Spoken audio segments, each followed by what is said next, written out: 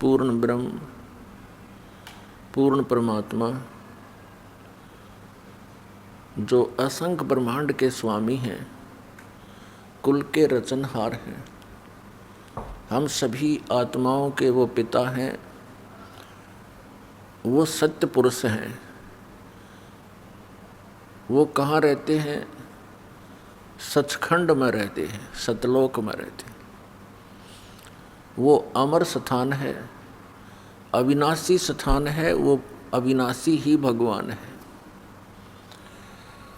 सतलोक के अंदर परमात्मा मनुष्य जैसे शरीर में, तेजोमय शरीर में विराजमान है, नर आकार है। उनके एक रोमकूप में करोड़ सूर्य मिला दे, करोड़ चंद्रमा। उनकी रोशनी भी परमात्मा के एक रोमकूप की रोशनी से न्यून है, कम है। ऐसा तेजोमय शरीर उस परमेश्वर का है। वहाँ पर ऐसी ही सृष्टि है जैसी यहाँ आप देख रहे हो, लेकिन वहाँ अकाल नहीं गिरता, वहाँ कोई काल नहीं गिरता, यानी सूखा नहीं होता, फ्लड नहीं आती। वहाँ का जो वातावरण है वो एक जैसा सुहाना रहता है। वहाँ बने शरीर ये 5 तत्वों के नहीं हैं, नाड़ियों का तंत्र उसमें नहीं है, वो एक तत्व से बने हुए होते हैं। उसमें वृद्ध अवस्था नहीं होती, वहाँ कोई रोग नहीं है, राग द्वेष नहीं है, क्योंकि वहाँ सभी को समांतर सुविधाएं प्राप्त हैं। कोई ऊंच नीच नहीं है एक मालिक को छोड़ के। हम पहले वहीं रहा करते थे।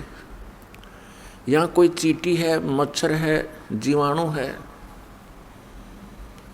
उन सब के वहाँ पर अलग अलग बहुत बड़े महल बने हुए हैं, और आज वो खाली पड़े हैं। हम अपनी मूर्खता से, अज्ञानता से, गलती से उस सुख को त्याग कर इस काल भगवान के साथ यहाँ आ गए। इसने यहाँ हमारा बहुत दुरुपयोग कर रखा है। ये हमारे साथ बहुत दुर्व्यवहार कर रहा है। आप देख रहे हो, किसी को कुत्ता बना दिया, किसी को गधा बना दिया, कोई सुअर बनकर मल खा रहा है। यदि मानव शरीर है तो उसको इतनी टेंशन पैदा कर रखी है कि आजीवन वो टेंशन में ही मर जाता है। और काम कितना है? 2 रोटी का रोला है। इस शरीर को जीवित रखने के लिए क्यों इतना यूँ कच्चा शरीर मिल गया? इसमें दिन में 2-3 बार नहीं कुछ डाल लेंगे तो यूँ काम करे नहीं। इसी को जीवित रखने के लिए खेतों में मजदूरी या कहीं और बिजनेस करना पड़ता है, और इसी को सुरक्षित रखने के लिए कपड़ों की आवश्यकता है। इसी शरीर को सुरक्षित रखने के लिए महल मकान बनाते हैं। अब ये अनिवार्य भी है कि जो इस शरीर के लिए आवश्यक है, इससे एक्स्ट्रा जो हम करते हैं वो हमारी नालायकी है। बड़ी बड़ी कोठियाँ बनाते हैं, एक में भी संतुष्टि नहीं है, 2 बनाते हैं, 3 बनाते हैं, और बनाते ही बनाते मर जाते हैं, और फिर भटकते फिरते हैं कुत्ते और गधे सुअर बनकर। ये हमें ऐसे मूर्ख बनाए हुए हैं। जो मूल कार्य इस जीवन का है उससे वंचित रखता है। यदि किसी की प्रेरणा भी बनती है कि मैं भक्ति करूं, क्योंकि आत्मा परमात्मा के बिना रह नहीं सकती। वो भिन्न बात है कि जो नास्तिक हो चुके हैं उनके अंदर वो प्रेरणा दब चुकी है, नाश नहीं हुआ है, वो दब चुकी है, क्योंकि वो ऐसे माहौल में रहते हैं, ऐसे वातावरण में रहते हैं, वहाँ के सभी लोग उसी विचारों के होते हैं, तो उनकी वो भावना और दबती ही चली जाती है। यदि वे व्यक्ति भी सत्संग के अंदर आएंगे तो उनके अंदर दबी हुई वो भावना, परमात्मा पाने की प्रेरणा फिर से अंकुरित हो जाएगी। यदि कोई साधना करने की चेष्टा कर रहा है तो ये काल भगवान उसको शास्त्र विधि त्याग कर मनमाने आचरण पर दृढ़ किए हुए हैं, और इतना दृढ़ कर दिया कि अब यदि सच्चाई बताने की चेष्टा की जाती है तो हाहाकार मच जाता है। पहले परमात्मा ने स्वयं आकर के, परमेश्वर कबीर देव जी ने, कबीर साहब, काशी वाले धाणक ने, जुलाहे ने, वो पूर्ण परमात्मा है, सारी सृष्टि का रचनहार है।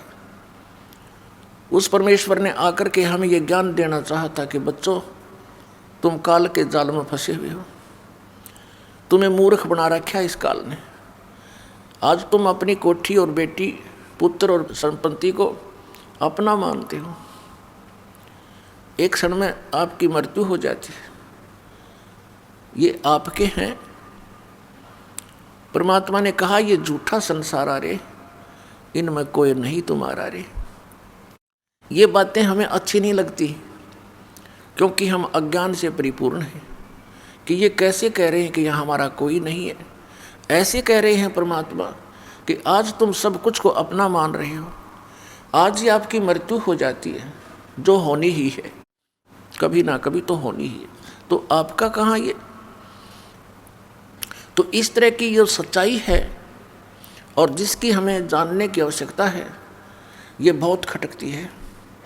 फिर दूसरा ये कहा जाता है कि जो पूजाएं आप कर रहे हो ये पूजाएं ठीक नहीं, ये किसी काम की नहीं है, क्योंकि ये शास्त्रों में प्रमाणित नहीं है, सदग्रंथों में वर्णित नहीं है। उन महापुरुषों ने जिन्होंने परमात्मा पाया है उन्होंने ये मंत्र जाप नहीं किए जो तुम कर रहे हो, उन्होंने ये साधनाएं नहीं की जो आप जी कर रहे हो, इसलिए आपकी साधना व्यर्थ है।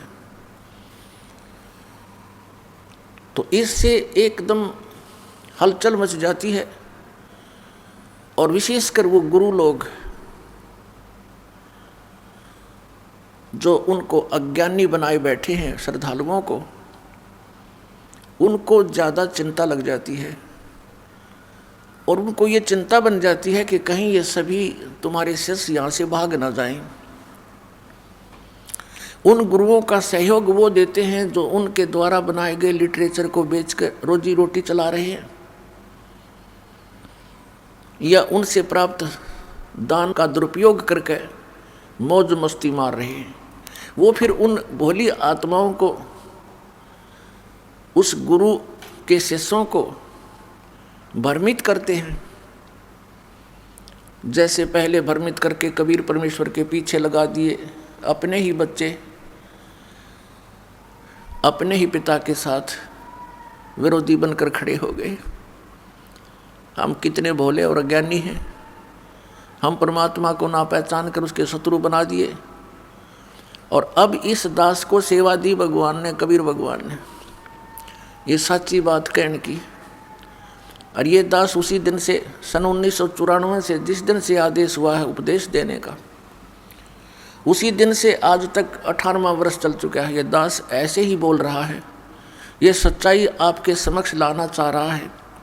इसी के कारण ये क्रोथा कांड कराया इन अज्ञानी दुष्ट लोगों ने, राजा और प्रजा को भ्रमित करके बेहुदी अफवाहें फैलाकर। लेकिन हमारे साथ परमात्मा है, उन्हीं का आदेश है कि उसके बच्चों तक ये दास ये तत्व ज्ञान पहुँचाए, जिसके आगे इस काल ने ये नकली गुरु बाड़ बना रखे, ये बाधक खड़े कर रखे। अब ये तूफान है, तत्व ज्ञान ये तोब का गोला है, इसके सामने ये अज्ञानी अब रुक नहीं पाएंगे। और ज्ञान सब ज्ञानड़ी, कबीर ज्ञान सो ज्ञान, जैसे गोला तोब का अब करता चले मैदान। ये तत्व ज्ञान परमात्मा का दिया हुआ ज्ञान, सच्चिदानंद घन ब्रह्म की वाणी में, जो कबीर वाणी में लिखा, ये ज्ञान ये तोब यंत्र का गोला है, और जहाँ भी ये गिरेगा अज्ञान का नाश कर देगा।